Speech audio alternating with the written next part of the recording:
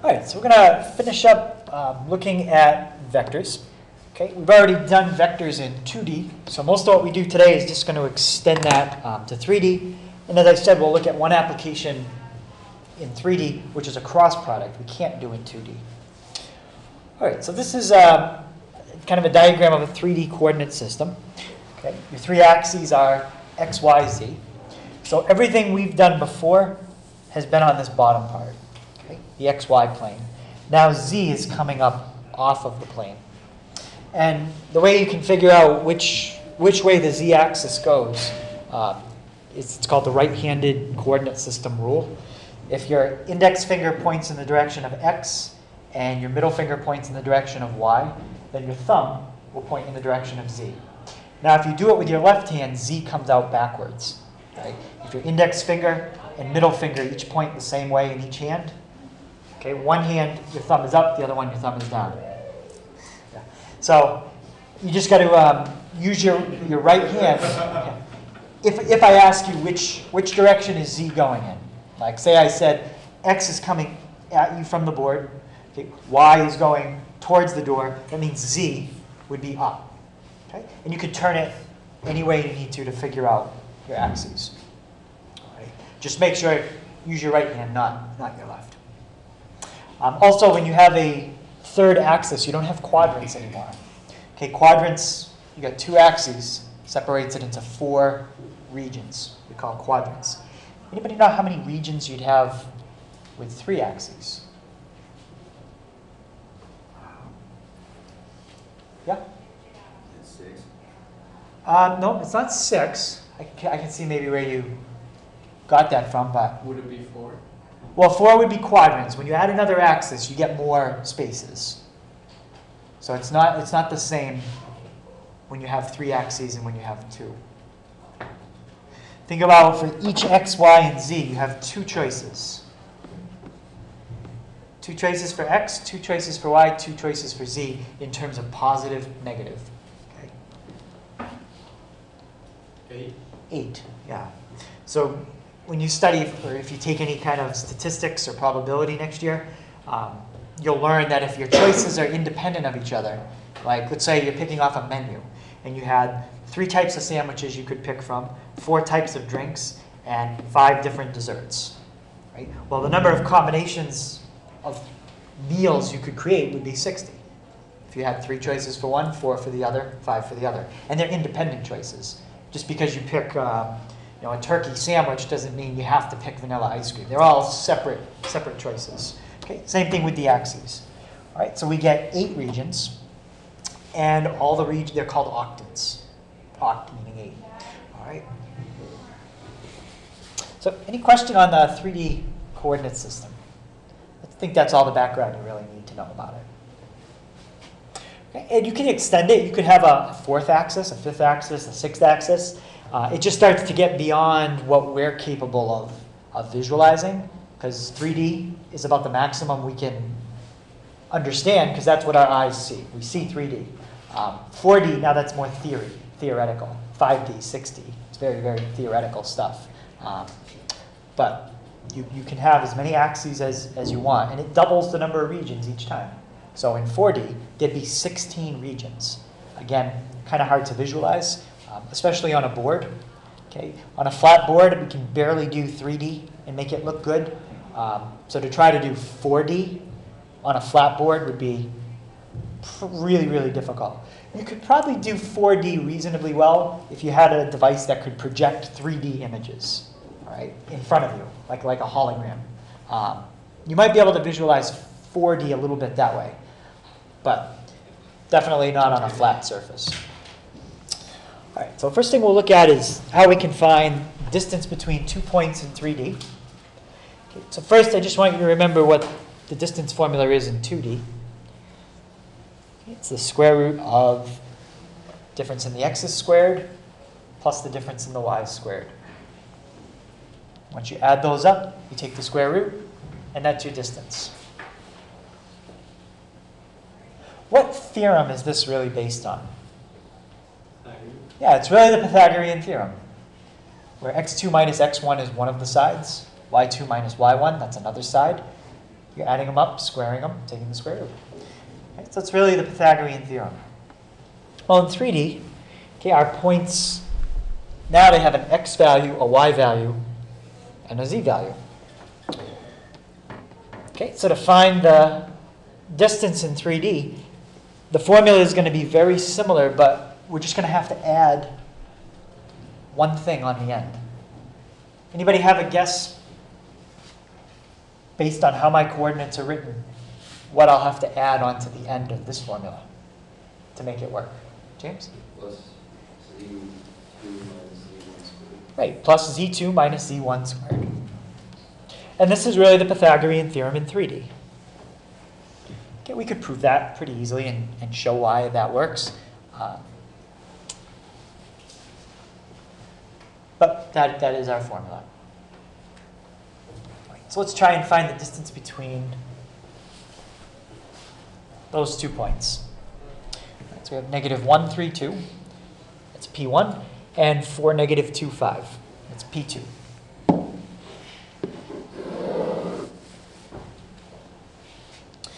All right, so Brianna, what's first thing I'll write down inside the parentheses? 4 negative 1. Yeah, why don't we make it 4 plus 1, since it's going to be 4 minus a negative, we'll just make it a plus.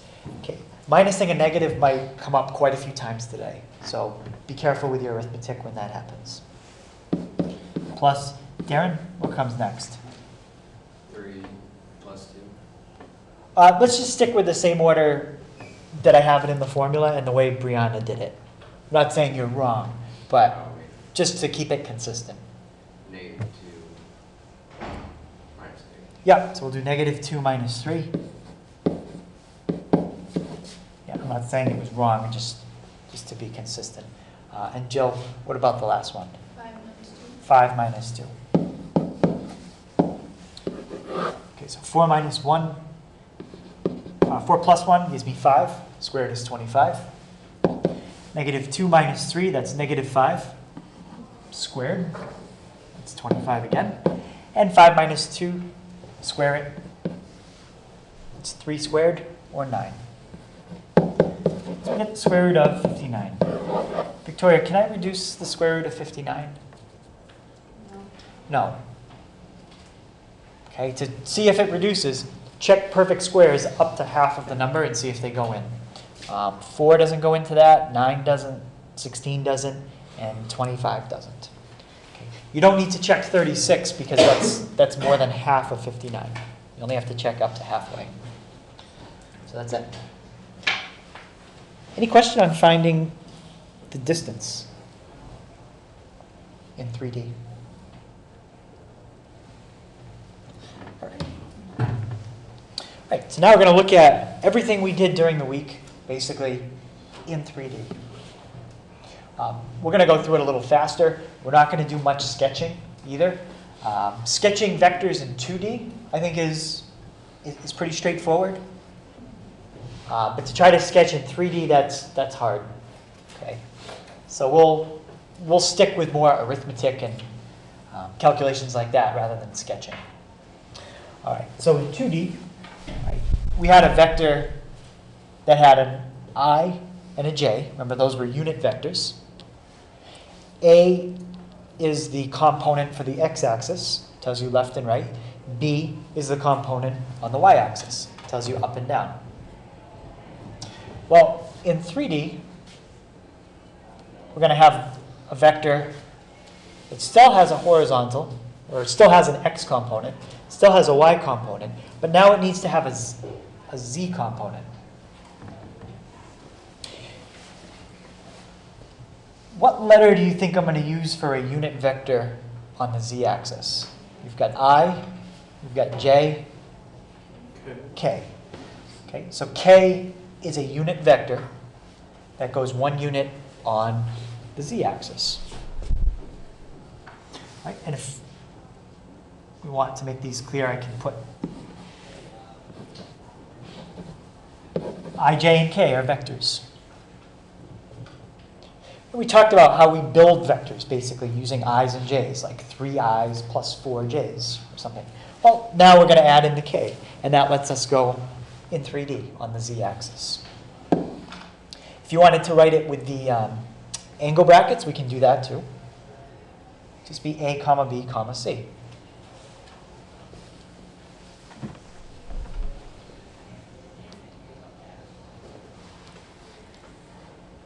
So A, B, and C, again, those are your components. A is the component on the x-axis, B is the component for the y, C is the component for the z-axis.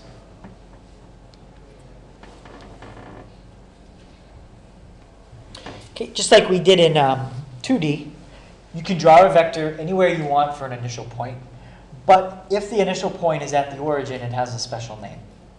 Anybody remember the special name for a vector when the initial point is at the origin?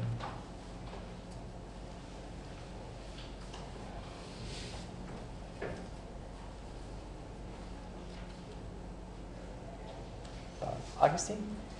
Remember that?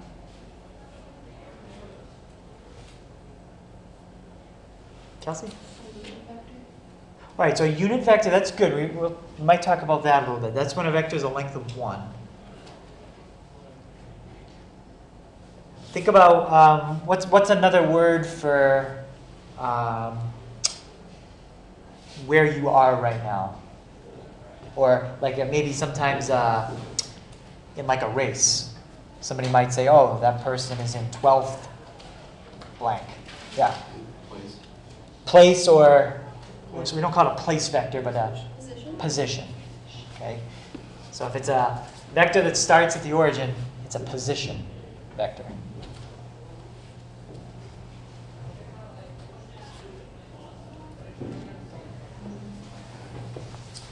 Okay, and we had a formula for finding a position vector, given an initial point and a terminal point.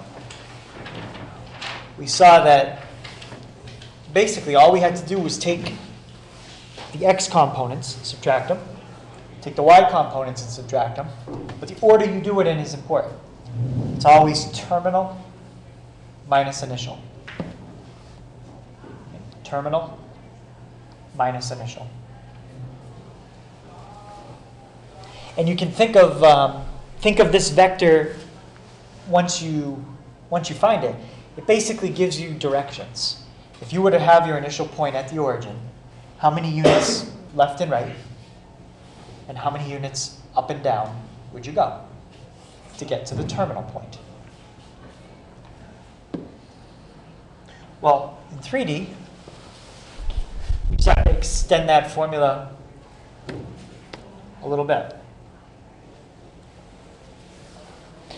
Alex, what do you think I would have to add onto the end of this formula to find a position vector in 3D? X3 and Y3. Well, we already have our x's. Oh, Those are first. I mean Z1 and Z2.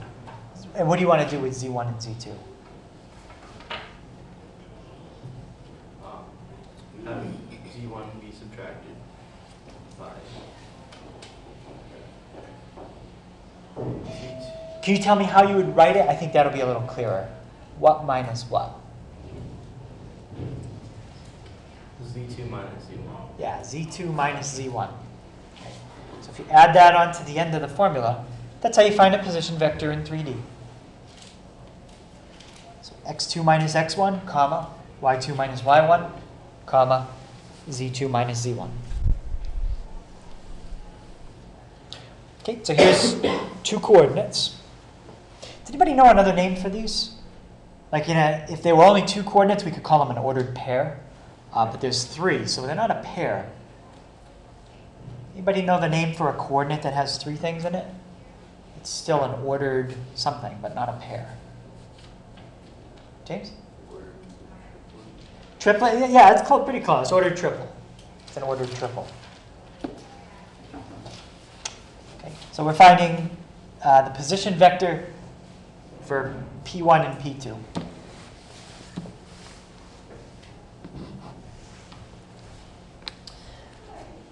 Okay, Cole, what would I subtract, or what would I put for my first calculation? Good, 4 plus 1. Okay, so notice the formula says to do x2 minus x1, but when he does that, he's got 4 minus a negative. Becomes a positive. Okay, Andy, my next one. 6 plus 2. One more time. 6 plus 2, or minus 2. All right, which one do you think it is? 6 minus 2. Yeah. So there's no negative this time, so it's just y2 minus y1, 6 minus 2. Okay, and Augustine, how about the last one? 2 minus 3? 2 minus 3. So Emily, what is my position vector for P1 and P2? 5.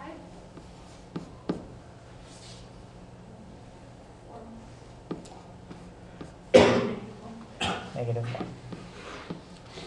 That's it. Okay. Or if you wanted to write it in unit vector notation, that would be 5i plus 4j minus k.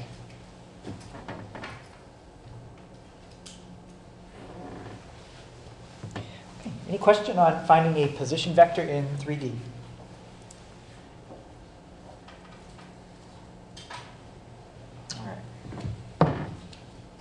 So we looked at how we can add, subtract, scale, and find the length of a vector in 2D. We'll look at all the same formulas in 3D. Okay, so the first one is, how do you add two vectors together? Well, we're not going to sketch it. All you have to do is combine the x components, then combine the y components, and then combine the z components. How you combine them just depends on if you're adding or subtracting. If you're adding, add the x's, add the y's, then add the z's separate. If you're subtracting, subtract the x's, comma, subtract the y's, comma, subtract the z's.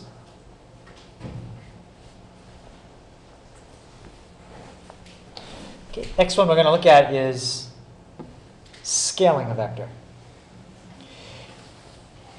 Okay, during the week, I tried to give you a hint at how you could remember how to scale a vector. It was kind of similar to a property you use in Algebra 1 a lot when you have a number on the outside of parentheses. Anybody remember what property I said to think of when you think of scaling a vector? Distributive. Distributive. Right? This time, when you scale it, you have 3 components to scale, not 2. So you multiply the x component by whatever the number is, the y component, and the z component.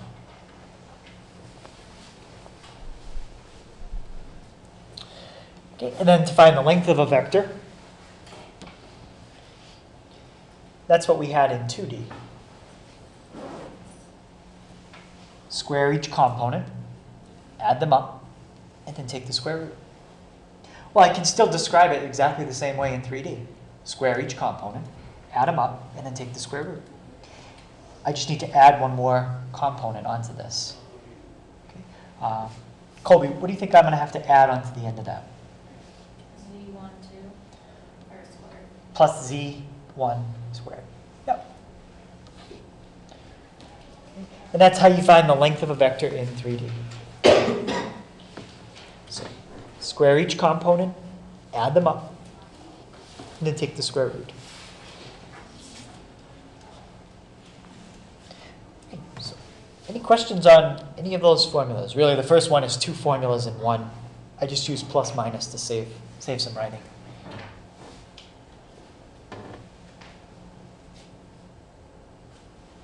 All right. So let's take those 2 vectors and let's add them up. All right, so let's start with our I components. Kelsey, if I combine my I components the way they're asking me to, what would I get? 5i. Yep. Brianna, how about for the j?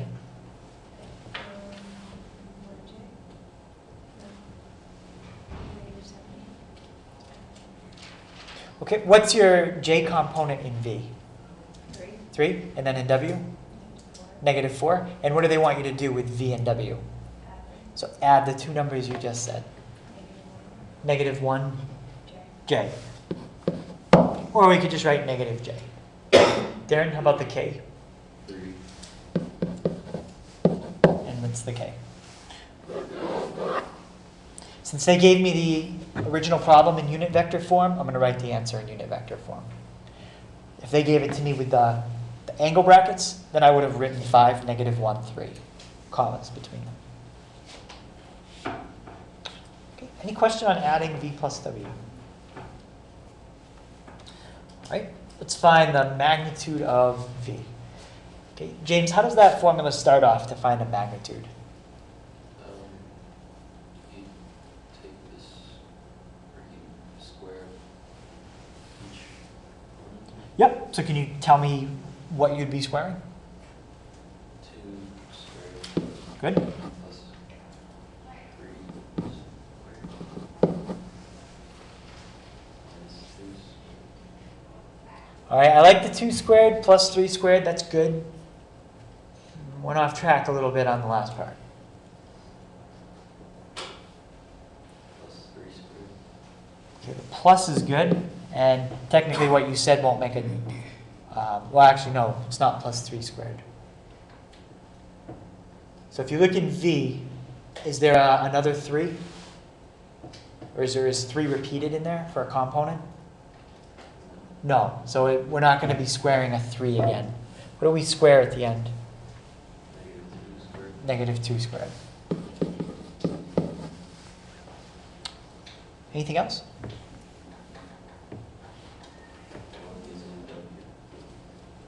What about W?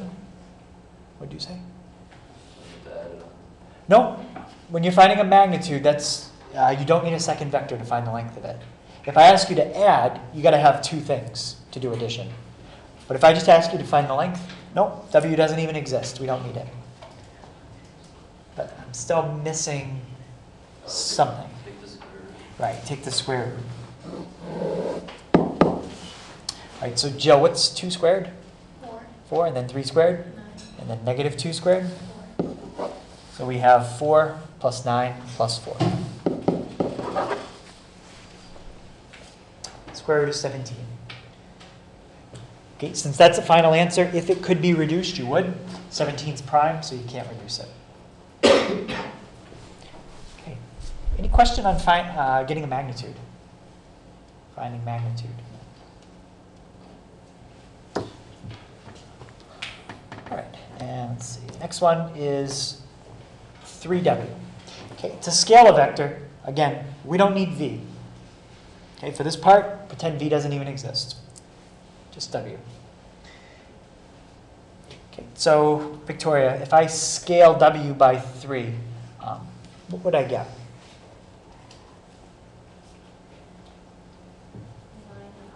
9i Yep, that's good, 9i. minus 12j Good, minus 12j plus 15j. plus 15k. Good. Okay, Alex, when she scaled that vector by 3, what did it do to the direction of it? Stay the same. Good, it stayed the same.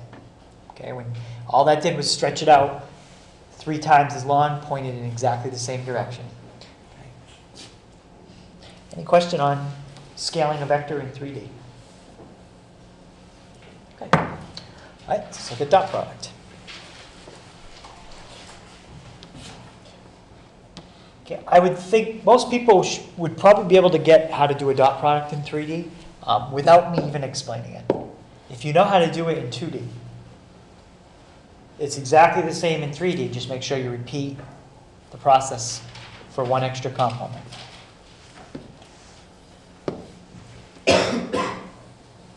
So in 2D, we have the product of the x's plus the product of the y's. Cody, what do you think I'm going to have to add on to that to do the dot product in 3D? The product of the z's. Z1 times Z2.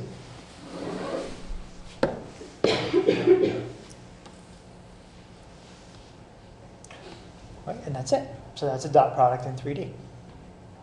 Multiply the x's together, then multiply the y's together, then multiply the z's, and then add those 3 answers up. Right? So when we find a dot product, Casey, what kind of answer is it going to be? Just a number. Just a number. Okay. It's the sum of a number, and a number, which is just a number. Okay. When we talk about cross products towards the end of class, we're going to see that might not be true. Okay. So when you're multiplying vectors together, make sure you don't say the word times, because after today, there's going to be two ways to do it. Times them as a dot product or times them as a cross product. And very, very big difference between the two. You don't even get the same type of answer, so it's important. Okay, so if we're going to find the dot product. Right, Cole, what will be the first two numbers I'm going to multiply together? Good. 2 times 5 plus, Andy, the next two? -3 times 3. Yeah, -3 times 3. And Emily, last two. 6 times -1. 6 times -1. So that's going to give me 10 plus -9, or we can think of it as 10 minus 9, plus -6. Okay, so 10 minus 9 gives me 1. 1 minus 6, -5. That's my dot product. Okay, any questions on dot product in 3D? So if we can find a dot product in 3D, what do you think the next thing we're going to do in 3D is? What did we do in 2D yesterday, right after we found dot products? Yeah? Finding an angle. So now if you want an angle between two vectors in 3D, suppose your two vectors are v and u. That's the formula to find the angle. How does this formula compare to the formula I had yesterday for finding the angle?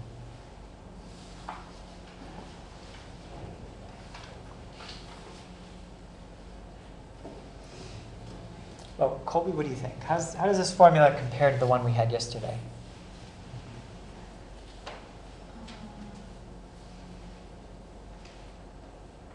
The one yesterday, you had like, wasn't it almost the same thing? Is it almost the same thing? Is it the same thing? It's the same thing.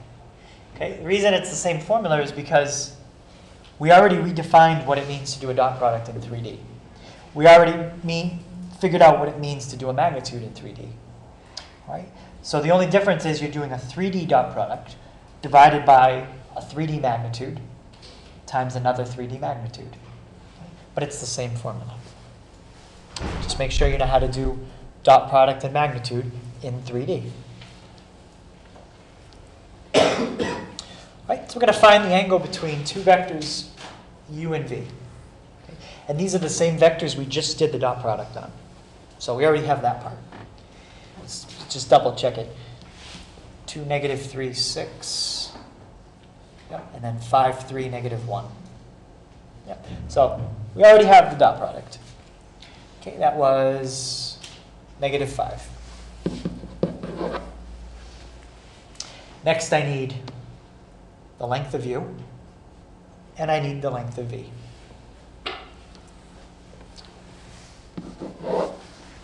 Okay, length of u. Kelsey, how am I going to find the magnitude or the length of u?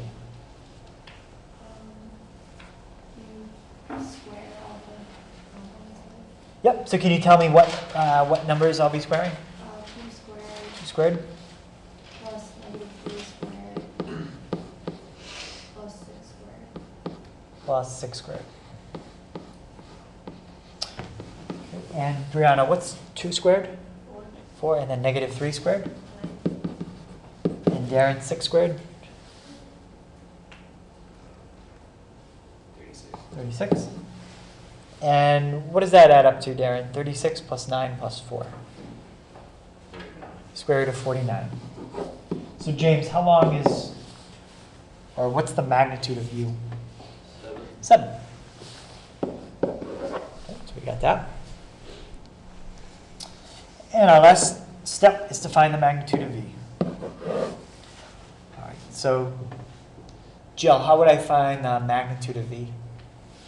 5 squared plus 3 squared plus -1. If we add that up, we're going to get 25 plus 9 plus 1. So square root of 35. If the square root could reduce, I wouldn't worry about it because this is not a final answer. It's just one part of a number we need to get the final answer. All right, Victoria, what trig function do we use to find the angle? Cosine. We use cosine. Equals. Alex, what goes in the top? -5. Yep, the dot product. And then in the bottom, over the product of the magnitudes. 7 times 7 square root of 35. Yeah. Okay. And how about Casey? What am I going to do to get theta by itself? Good, inverse cosine.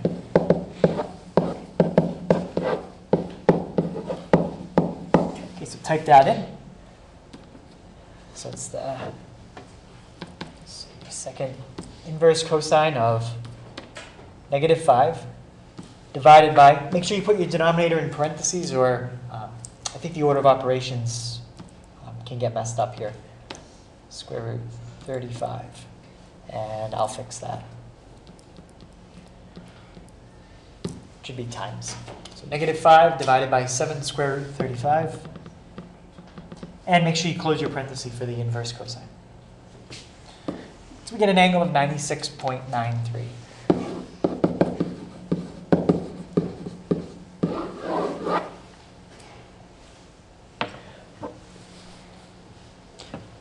Any question on finding an angle in 3D? All right. So last thing we're going to look at is what's called the cross product. Okay, we didn't do cross product in 2D because you can't. And you'll see why in a little bit. Okay, so the cross product is another way to multiply two vectors together.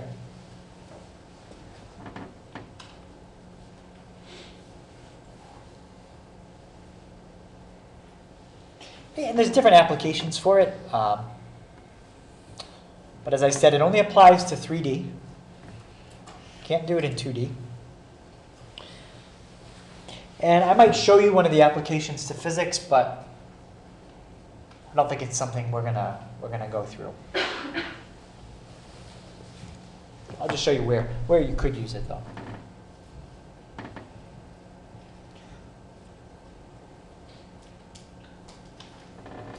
All right. So one thing that's important is when we write a cross product, we use a different symbol to indicate the multiplication. We use a little x. So if you wanted to write down V cross W, you'd write it like this. So in algebra, or even pre-algebra, you learn all kinds of ways for multiplication. Okay, you'd learn that something like this is the same as this, which is the same as this. Well, with vectors, those are three different things. Right? In fact, some of them you got to be careful with. This would represent, excuse me, a dot product. The second one is a cross product. The third one would be kind of ambiguous. Wouldn't know what to do with that. The only time you can put a number right next to something is if you're doing a scalar product. That's okay. Okay, this is fine. So I'm going to just write, yes, you can write something like that. Could you write something like that? 3 dot V. What do you think? How about Alex? Yes. Well, can you do a dot product with a number and a vector? No. To do a dot product, it has to be a vector and a vector. So this is not something with vectors that can happen. How about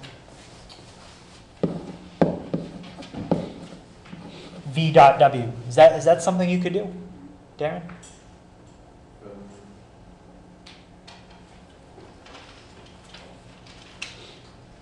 You won't find it in your notes, but yeah, this is something you can do. It's a vector dotted with a vector. Yes, that's fine. How about this? Vector dotted with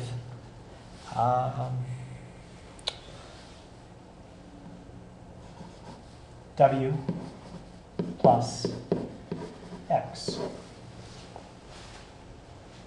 Could you do that? Okay, Augustine? Yeah, it's fine. A vector plus a vector, that's a vector. That's a vector. And you can dot a vector with a vector. So that's also fine. Right, so any questions on those? Just some things that you can write and you can't write when you're doing vector operations. This is one that you can't not write.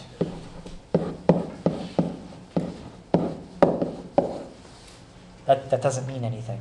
It would normally mean multiplication, but we don't know how, dot product or cross product. So can't do that last one. All right. So the way we're going to do the cross product is, it's a rule called Ceris's rule. The reason I'm going to use it is because it makes it relatively straightforward to find it. You don't need to understand a lot about other concepts if you use this rule.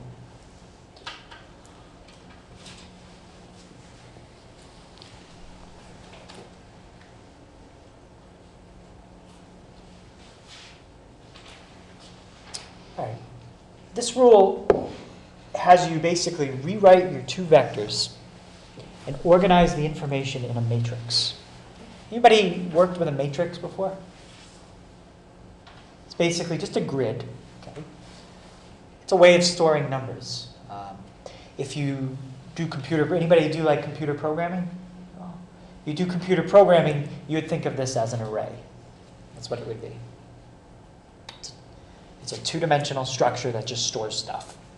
Right? And the way we're going to rewrite them, we're going to use a matrix. The matrix is going to have 3 rows and 3 columns in it. Okay, the first row in the matrix is going to be the letters I, J, K.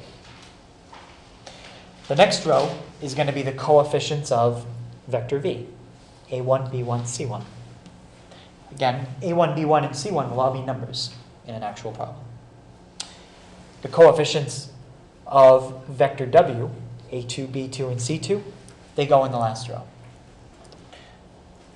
Okay, so there's your matrix to represent vectors v and w. The I, J, and the k is always the same. The a1, the b1, and so on, those change depending on the problem. All right, next thing we're going to do is we're going to add 2 columns onto this matrix. Okay, and what we're going to do is take columns 1 and 2, and we're going to copy them onto the end of this matrix. We're just going to repeat them. Don't worry about what I've circled. Just do the first part. So take columns 1 and 2, it's columns I and J, and just put an extra copy of them at the end. Okay, once you do that, you create basically 6 diagonals. Okay? A diagonal has to have 3 things in it. If something only has 2 things, that's not a full diagonal. Okay. And we're going to take the 3 diagonals in red. Okay? You're going to multiply together everything in the diagonal number 1 that's red, and write that down. Then you're going to add the product of everything that's in red 2. Write that down. Then you're going to add the product of everything that's in red 3. And write that down. With the blue diagonals, you're going to subtract. You're going to find the product of blue 1, subtracting. Find the product of blue 2, subtract that. And then find the product of blue 3 and subtract that. Okay, so remember, all the A1s and B1s and C1s and A2s, B2s, C2s are all going to be numbers. Okay, so when you find the product of everything in red 1, you're going to get a number times I. It could be like 5I.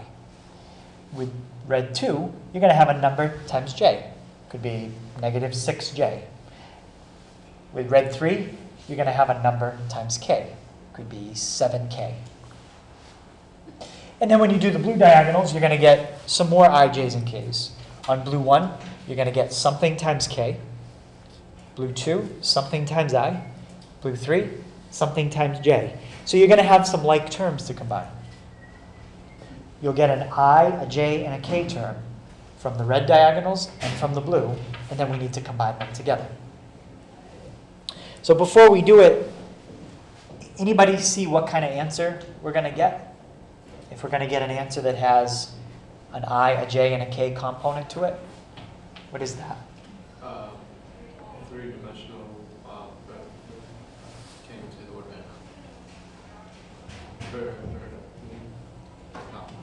vector. Vector. We're going to get a three-dimensional vector. Okay. So when you do a cross product, the answer is a vector. Okay. That's important. So when you do a cross product,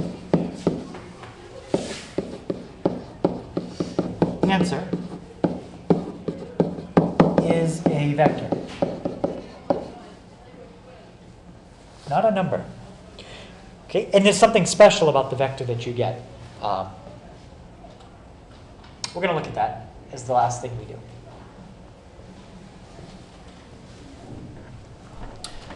Okay, everyone have the steps?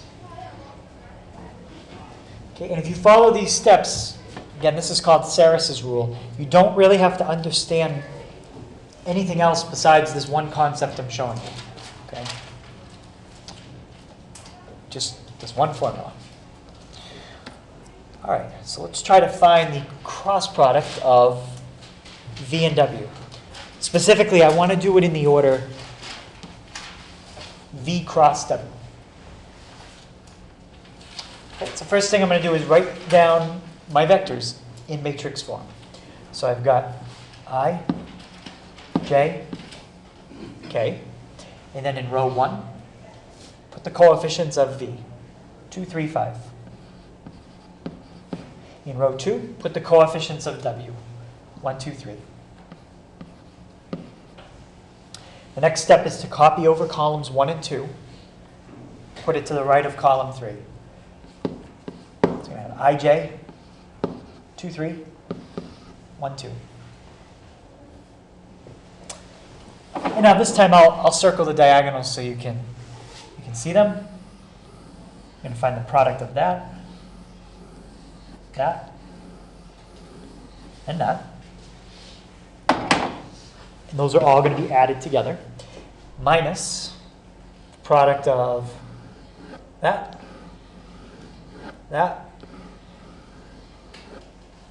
and that. Okay, so let's go through and see what we get. Let's start with red 1.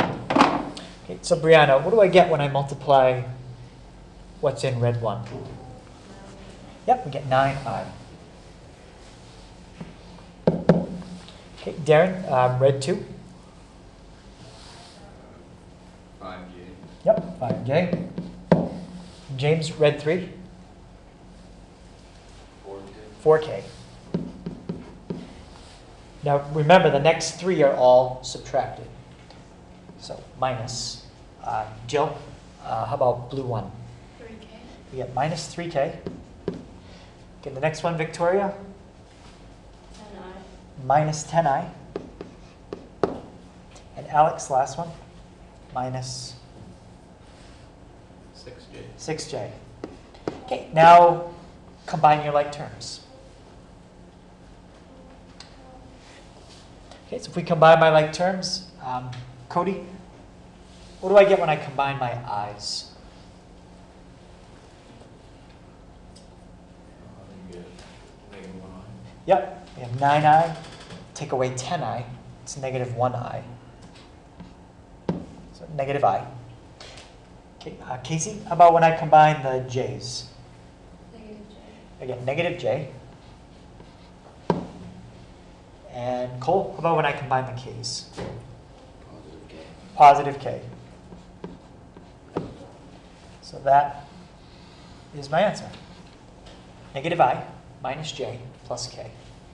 Or if you wrote it with the angle brackets, negative 1 comma negative 1 comma 1. They don't always come out to ones, just that's the way the arithmetic worked out this time.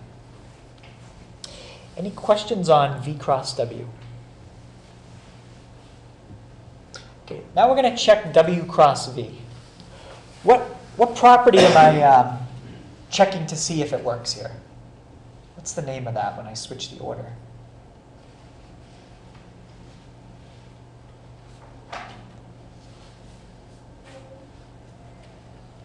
Oh, Augustine? I think we did it yesterday when we talked about dot product. Is it reflective? No, not reflexive, but it's one of those properties that you would have probably talked about with that one the same day, maybe. Yep. Commutative. The commutative. I'm checking to see if the cross product is commutative. Okay. Let's see what happens. Okay. Kelsey, what's going to go in my first row for W cross V? IJK. Yeah, IJK. Brianna, what about my second row? 1, 2, 3. 2, 3, 5. Well, we had 2, 3, 5 in the second row before, so now we're switching it. 1, 2, 3. Yep. And Darren, my third row? 235. 2, 3, 5. Okay, James, what do I do next? Means add column I and J to the end. Yep, add column I and j onto the end. So we get ij, 1, 2, 2, 3. And now find all 6 diagonal products. Right, let's start with the red ones. I'm not going to circle them this time, let's just go through. Okay, Jill, what would be the product of my first diagonal? 10i. Yep. 10i. Okay, Victoria, my second diagonal? 6j. Good, 6j. Casey, my last diagonal, that's addition? 3k. 3k. Okay, Alex, my first diagonal, that's going to be subtraction? 4K. Minus 4k. Okay, Cole, next diagonal? 9, negative 9i. Good, negative 9i. And Andy, my last one? Negative 5J. Negative 5j. Okay, let's combine them, see what we get. Emily, what's 10i minus 9i? I. Okay, Augustine, 6j. Take away 5j. J. J. And Colby, 3k minus 4k. Negative k. Negative k. That's what you get. So is the dot product commutative? James? No. No. If you change the order you cross 2 vectors in, you get a different answer. But what about these answers is the same? Remember, these are both vectors. There's something about them that's identical. Yep. Well, they're both opposites of each other. Well, that might have to do with something that's not identical, but I'm going to get to what that means in a second. But for now, what is identical about these 2 vectors? Think of what a vector measures. It measures 2 things. Definition of a vector. They're parallel to each other. Parallel to each other? Okay. Well, we could talk about that too. That has to do with something else I'm thinking of. But what's the same on these 2 vectors? Yeah? The numbers in front of the letters. Or what do the numbers in front of the letters help you to find about the vector? The length. These 2 vectors have the exact same magnitudes. Okay? What's different is the direction. Okay? They do point in opposite directions. Right? So if you have vectors that had the same initial starting point and pointed in opposite directions, Yep, those would be parallel.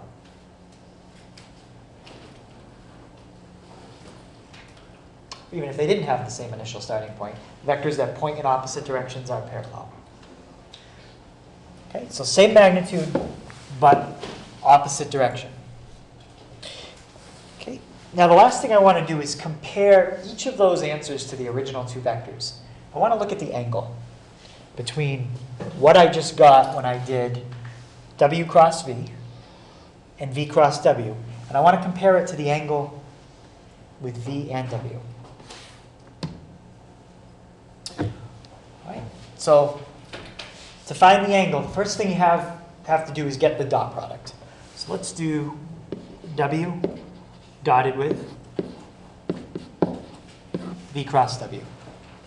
So we're going to find a dot product between two vectors. This time we're going to use this one and that one. Okay. I'm not going to check W cross V because that would double the amount of work I need to do right now. I'm just going to check V cross W with each of the original. And W cross V is going to be the same idea.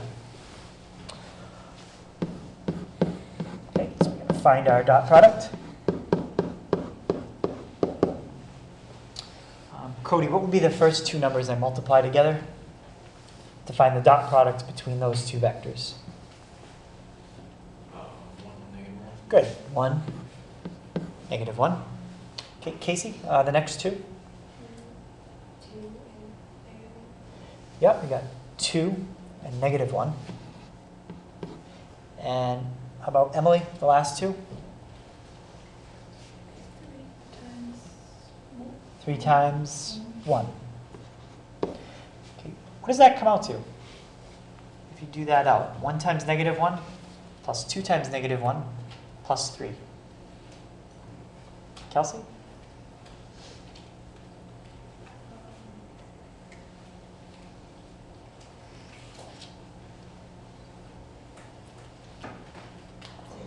Comes out to 0. So the dot product between these two vectors, W and V cross W, just came out to 0. What does that mean if the dot product comes out to 0? These two vectors are what? Yes. So W dotted with V cross W came out to 0, which means they are perpendicular. Okay, let's try V now. Same thing. As I said, I'm not going to check W cross V. The results are going to come out the same. Okay, well, we do V dotted with V cross W. Now we're doing these two. So we have 3 times -1 plus, whoops, I think I messed that up. Yep. 2 times -1. We've got then 3 times -1. And then 5 times 1. -2, take away 3, plus 5. Brianna, what's -2 minus 3 plus 5?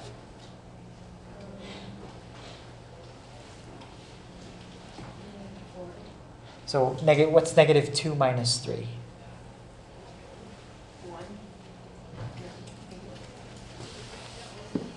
So if you're on a number line and you're at -2, and then you take away 3 more, go 3 units to the left, -5.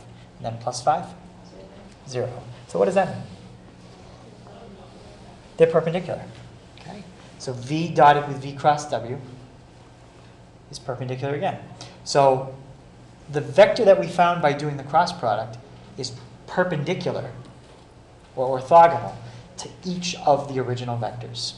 Okay? That's what a cross product does. If you give it 2 vectors and you find the cross product, it'll give you a third vector perpendicular to each of the original 2. Always. And depending on how you cross them, you could find 2 different ones. You don't really need to go through the cross product process twice. One of them is the opposite of the other. Okay, so let's say you got an answer of 2, 3, 4 for a cross product. Well, if you cross them the other way, you're going to get -2, -3, -4.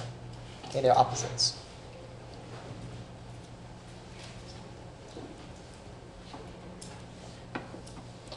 Okay, so any question on that?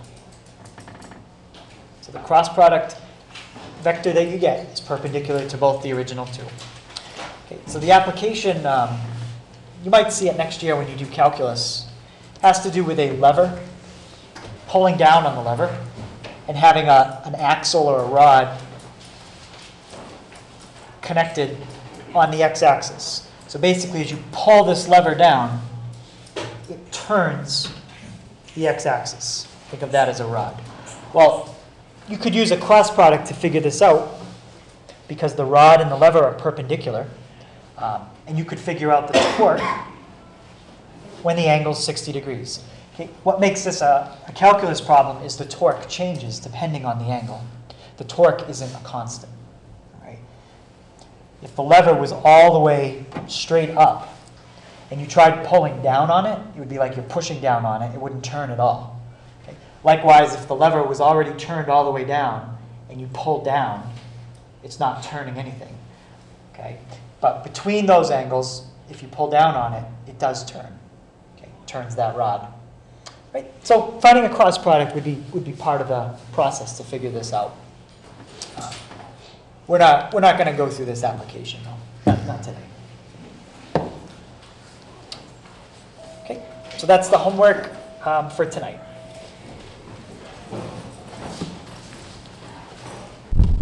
Okay, so the homework, it's on page 363. It's 15, 17, 29 to 35 odd, 41, 43, and 51. And I'd also like you to find the cross product between the two vectors listed below. Find V cross W and W cross V.